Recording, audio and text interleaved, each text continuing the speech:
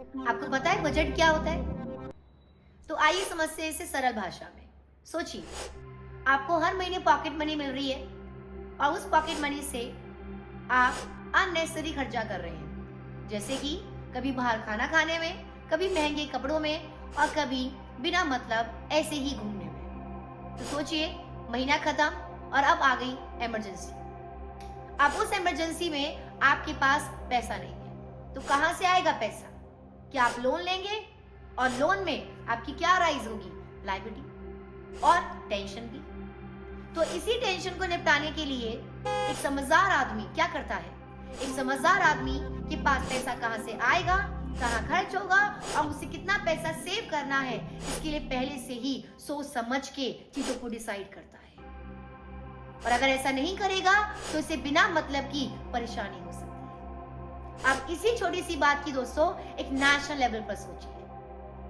सरकार के पास भी कई तरीके से पैसा आता है, टैक्सेस से, फाइन से, पेनल्टी से और पब्लिक सेक्टर के डिविडेंड से।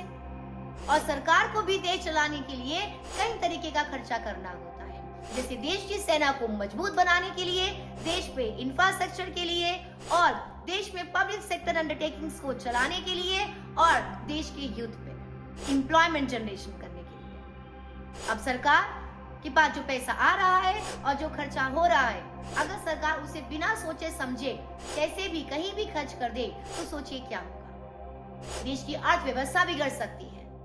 देश में जहां पैसा यूज होना चाहिए था, अगर वो यहाँ पे यूज नहीं होगा तो वो रिसोर्सेस आपके वेस्ट हो सकते हैं, वो पैसा आपका वेस्ट हो सकता है, जिससे सिर्फ देश के व्यापारियों को नहीं, देश के स्टूडेंट्स को भी जो है उन पे भी नेगेटिव प्रभाव डाल सकता है। जरा सोचिए, कोविड के टाइम पर क्या हुआ था।